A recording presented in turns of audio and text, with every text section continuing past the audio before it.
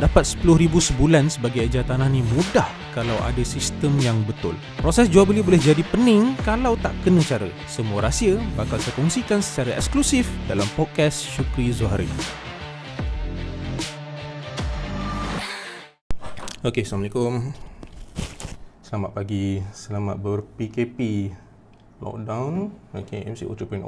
So saya saja live pagi ni. Okey, hopefully siapa yang bangun pagi lah yang boleh join kita.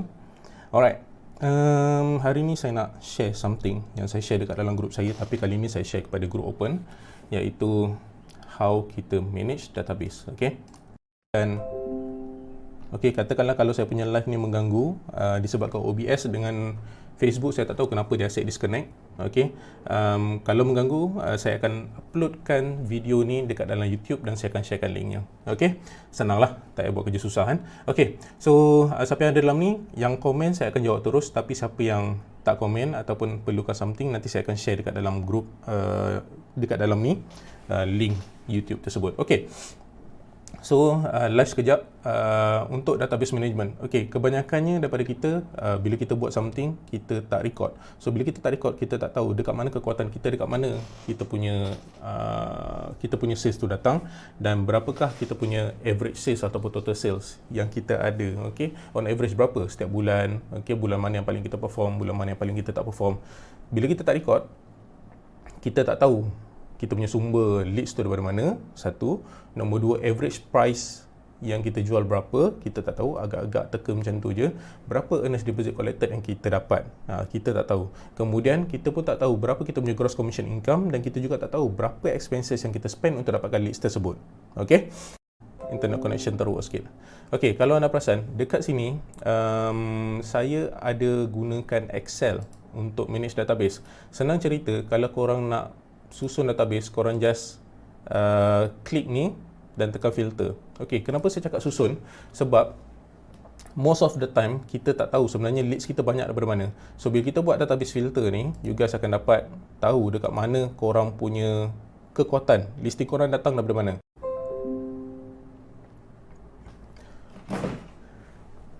Sorry internet teruk. Dia bukan internet teruk, dia tak boleh connected properly to Facebook. So daripada sini, lead sources yang korang dapat ni, korang boleh tahu korang ni kuat dekat mana. Leads korang paling quality dapat daripada mana, ataupun korang ni pegang owner ke pegang buyer yang lebih. So dari sini baru kita tahu kekuatan kita, owner ke buyer ke. Sebagai contoh lah, dan ni saya bedal semua owner. So kalau you guys pegang buyer banyak, so korang akan dapat leads daripada buyer lah banyak kan. So bila buyer banyak, dan apa nak kena buat next. So itu pentingnya. So kalau sub sales, saya letak sub sales. Kalau undercon, saya letak undercon. So far buat masa ni saya tak ada buat benda lain. So far dua ni sahaja. And then saya akan ambil detail diorang yang paling penting, iaitu email dan juga phone number. Email dan juga phone number, itu yang paling penting. So kemudian alamat. Kalau boleh sebelah ni, sebenarnya kalau boleh lah, kalau korang fokus on banyak sangat area, lebih daripada 3, 4, 5 area, saya suggest korang letak area kat mana, Shah Alam sebelah dia. So tak susah pun, letak insert je. Contohnya dekat sebelah I ni, letak insert, and then korang letak area lah. Sebagai contoh. So dekat area tu, korang letaklah Shah Alam ke, Kajang ke, KL ke, korang letak kat situ. Kemudian sebelah daripada tu, korang letak grade A, B, C, D. So kenapa saya letak grading? Contohnya, kalau klien tu adalah klien yang bagus, baik dengan kita, memang suka refer kita kepada klien yang berkualiti, saya akan letak dia grade A. Ini kalau contoh leads lah. Ataupun rumah tu senang jual, saya letak list A. Ataupun rumah tu saya rasa saya boleh jual cepat, ataupun jual seorang, so saya akan letak list A. Kalau B, dia kurang sikit lah. Kalau C lagi rendah lah. So kriteria tu saya yang letak sendirilah. So korang boleh ikut korang punya sendiri. So ED selalunya kalau untuk leads management, untuk leads awal-awal saya tak letak. Tapi selepas tu kalau dah close, saya akan letak total ED. Saya saja tak letak lah. Sebab saja tak letak. Kalau korang nak letak, korang letak lah.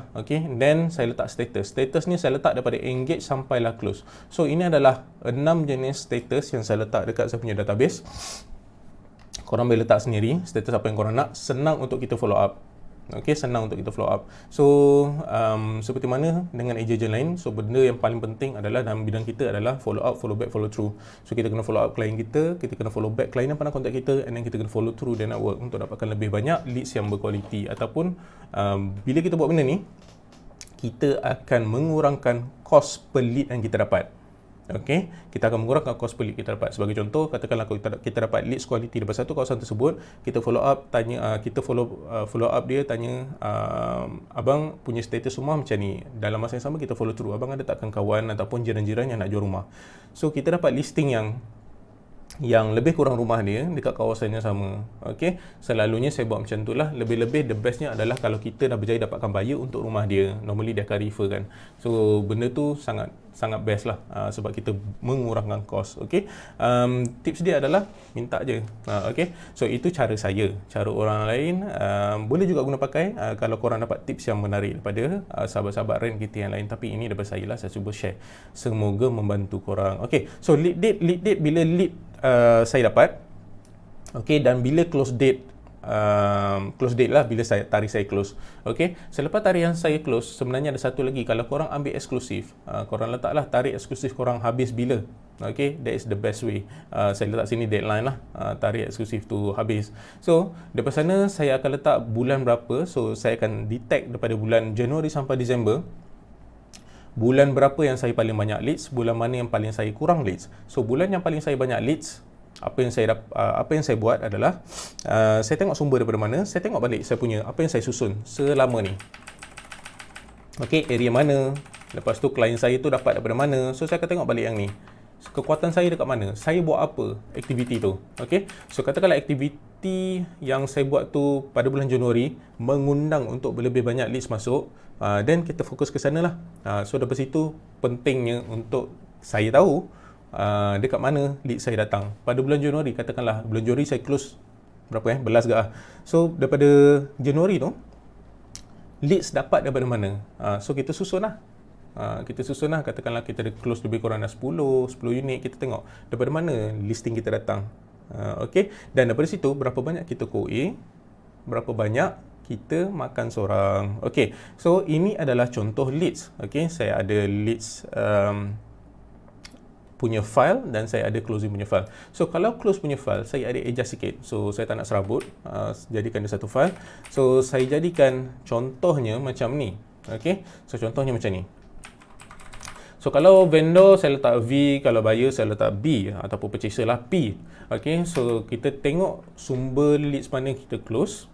Okey, daripada QA ke, daripada mudah ke, daripada iProperty ke, daripada property guru ke, korang letakkan dekat sini. Kalau korang meletak pegang dua-dua, buyer dengan owner, then go for it lah, letaklah dua-dua. Kalau pegang owner, kalau pegang buyer. Okey, so dari sinilah kita tahu dekat mana kita punya kekuatan. Okey, nak tingkatkan kita punya income ataupun sales, ada dua cara. Kita kena tingkatkan price per transaction kita, ataupun kita kena tingkatkan quantity. So daripada basic formula tu, SP times Q, barulah kita tengok dari database ni mana yang perlu kita kuatkan, okay, mana perlu kita mantapkan. So itu pendapat saya lah. Okay, and then sama juga email dengan phone number jangan lupa letak dekat sini, and then address alamat rumah yang kita close. Okay, contohnya macam rumah ni, selalunya saya letak alamat lengkap lah, yang ni saya dah edit. So kita akan letak alamat lengkap, and then kita tengok price berapa kita close. Ok, kalau korang tengok price yang kita close ni, sebenarnya saya tak tengok komen, tak tahu siapa yang masuk. So bila kita tekan macam ni, katakan kalau database korang dah banyak, caranya adalah korang tekan shift, control, tekan bawah. So korang akan dapat select semualah price yang dekat situ. Okay, so bila korang dapat select price, apa yang akan jadi dekat bawah ni, korang akan nampak dekat bahagian bawah, tak nampak dekat skrin. Korang akan nampak dekat bahagian bawah, sekejap saya cuba kecilkan file. Okay, korang akan nampak dekat bahagian bawah ada tulis sum, which is amountnya saya total close pada bulan tersebut, contohnya 2.3. Okay, so nak senang, kita ni lah, kita susun month ni, Januari, and then kita tengok dekat sini balik lah. Okay, price ni. Okay, kita tengok on average kita close berapa. On average price kita close berapa dekat kawasan tersebut. So back to square one, formula untuk tingkatkan sales adalah P times Q. So untuk kita tingkatkan sales, kita kena tingkatkan transaksi hartanah per unit. So macam ni, contoh dalam ni 461,000 adalah average hartanah yang saya jual. Okey, average hartanah, harga yang saya jual 461,000. So kalau saya nak tingkatkan saya punya income, saya kena jual rumah yang lagi mahal ataupun saya kena jual dengan lebih banyak. So itulah strateginya comes in. Tu barulah kemudian nak buat apa? Marketing plan, sales plan dan bla bla bla tu lah. Okey. So daripada sini kita akan check juga daripada total unit yang kita ada. Okey, berapakah ED per transaction? Okey, contohnya saya select macam ni, sama juga macam tadi. Okey, total ED katakanlah 9,500 total ED yang saya dapat. Okey, so kebanyakannya saya close orang. Contohnya 60% saya close orang, 40% saya QA. So daripada situlah kita boleh tahu ED per transaction kita berapa. Okey, to be honest, kalau korang boleh close orang lah, tapi janganlah pegang perang terlalu lama. Selalunya saya perang seminggu je untuk saya try close orang, seminggu 2 minggu lah maksimum, kemudian baru saya open untuk QA. Kalau listing tu saya boleh manage. Okey, kalau saya tak boleh manage, saya akan open sahaja QA. Contohnya saya boleh manage 3 sahaja ataupun 5 sahaja owner dan buyer dalam satu-satu masa. Kalau lebih memang terabailah diorang ni. So saya tak buat. So saya fokus on 5 tu sajalah. Then yang lainnya QA. Normally macam tu lah. Normally macam tu. So kalau dah close banyak tu memang tak sempat pun nak handle semua. So saya fokus 5 sahaja owner dan buyer. Okay, dalam satu-satu masa. Yang selebihnya tu normally QA. Alright. So daripada situlah kita tahu ED per transaction kita dapat berapa untuk satu-satu case. Okay. So daripada situlah korang tahu, oh average rumah aku jual harga macam ni, aku banyak QA rupanya, aku banyak makan seorang rupanya. Then korang boleh tahulah. So bila status ni, bila korang dah tahu benda ni, korang tengok pula dia punya status. So dalam status ni saya letak 2 sahaja. Sebab tadi kita dah ada lead punya file, yang ni closing punya file. So dalam closing punya file saya letak 2 je, sama ada close ataupun claim. So daripada total sale yang saya buat, katakan kalau korang dah buat 30 sale, berapa total daripada 30 tu dah convert ke claim, berapa banyak yang korang dah claim, berapa banyak yang belum. Okay, so sales dengan claim berbeza. So korang dapat sale berapa, collection korang berapa, berbeza. Okay, dan daripada situlah korang tengok setiap bulan kita buat sale, berapa persen sebenarnya kita convert kepada claim, dan berapa lama turnaround time daripada kita sale sampailah kita claim. Sebulan, 2 minggu, 3 bulan, 6 bulan. Okay, so daripada situlah kita dapat tahu kita punya market segmentation selama ni kita buat apa. Okay, that's why penting. That's why saya letak benda tu lah. Dan dekat sini saya letak QA ke tak. Kalau korang ada nama QA dekat sebelah tu, kalau korang QA dengan ramai orang, boleh letak QA kat sebelah tu siapalah. So korang boleh tahu siapakah QA partner yang memang all out pulunkan listing kita, mana QA partner yang yang sebenarnya memang tak ada dalam ni pun. Okay, so korang boleh tahulah QA partner, then daripada situlah korang build relationship ataupun buatlah apa yang patut. Okay, appreciate ke and so on. So sebagai contoh lah QA partner, korang boleh tahu QA partner mana yang paling berkualiti, agensi mana, area mana, okay, dekat mana dia punya office, kat mana dia cover. So korang boleh tahulah dekat situ. Sometimes kita duduk dekat Nilai tapi kita banyak close dekat Shah Alam. Sometimes kita duduk dekat Puchong tapi kita close dekat Puncak Alam. Kita pun tak tahu kan. So dah rezeki macam tu, nak buat macam mana. Tapi the best sebenarnya farming area lah. Korang farm dekat area korang. Tapi kalau dapat case macam tu, nak buat macam mana kan. Tapi at least korang tahulah. Dan bila korang tahu, korang bolehlah control cost. Alright. Then selain daripada itu saya letak lead date, close date, okay, and then selepas tu deadline, okay, exclusive period, deadline bila. Okay, sebab apa penting walaupun dah close saya letak deadline? Sebab katakanlah kalau refund balik, satu lagi refund ataupun clawback. Okay, clawback tu korang dah claim, kena pulang balik. Kalau refund lah. Refund case tak lepas refund. Okay, belum tak lepas, so korang refund lah. So dekat sini saya akan letak dia punya SPA lawyer punya nama, okay, SPA lawyer, and then remarks, apa status terkini. So status terkini daripada lawyer lah.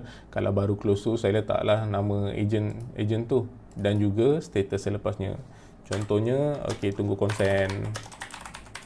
Okey, agent ni bau-bau koko ni saya meletak ialah namanya sebagai contoh. Okey. So macam itulah saya train tim saya untuk buat database management, dan saya harap kawan-kawan kita pun boleh dapat manfaat dari sini. Kenapa? Sebab benda ni penting sangat. Okey, kenapa penting? Macam saya cakap tadi, kita sebenarnya takkan tahu performance kita kalau kita tak record. Okey, kalau kita record, kita tahu kita sebenarnya power dekat area mana. Kita ni banyak pegang owner ke buyer, macam mana kita nak kurangkan cost, macam mana kita nak tingkatkan kita punya performance, macam mana kita nak tingkatkan kita punya total leads. Okey, daripada sini. So dari situlah korang tahu. Alright. So saya cuba buka. Okey. Alright. So daripada situlah saya manage saya punya database, dan hopefully korang juga boleh buat benda yang sama. Katakanlah korang dapat close banyak dekat satu kawasan, why not korang fokus dulu kat kawasan tu, dapatkan lagi banyak listing kat kawasan tersebut. So ada 20 cara untuk dapatkan listing. Saya tak cerita hari ni lah. So korang tengok dah buat belum semua cara tu untuk dapatkan listing kat kawasan tersebut, sebab korang master dekat kawasan tersebut kan. Alang-alang boleh jimat kos minyak, petrol dan lain-lain. So dia sangat-sangat membantu. Okay, so itu adalah contoh leads, dan contoh saya dapat leads, saya susun saya punya leads, contoh macam mana saya susun case-case yang saya close. Hopefully membantu dan dan bagi manfaat kepada anda semua. So lockdown hari pertama ni, kalau anda terlepas benda-benda macam ni, cuba try buat. InsyaAllah dia membantu daripada segi kita tahu sumber mana kita dapat. Okay, kita dapat leads, contohnya macam ni, kita dapat tahu sumber mana kita dapat leads, dan kita tahu siapakah raving fan kita. Sikit-sikit nak refer kita je dekat orang. So kita appreciate lah klien tu sebagai customer kita ataupun klien kita. Okay, so itulah saya punya sharing berkaitan dengan macam mana kita nak susun database. Okay, hopefully membantu. Saya harapkan saya punya sharing ni bermanfaat. Minta maaf ada kekacauan dekat saya punya live. Saya tak pasti internet kenapa, ataupun saya punya OBS. Okay, saya mengucapkan terima kasih kepada siapa yang mendengar, dan insyaAllah sharing lain saya akan cuba kongsikan pada masa akan datang. Semoga membantu. Okay, bye.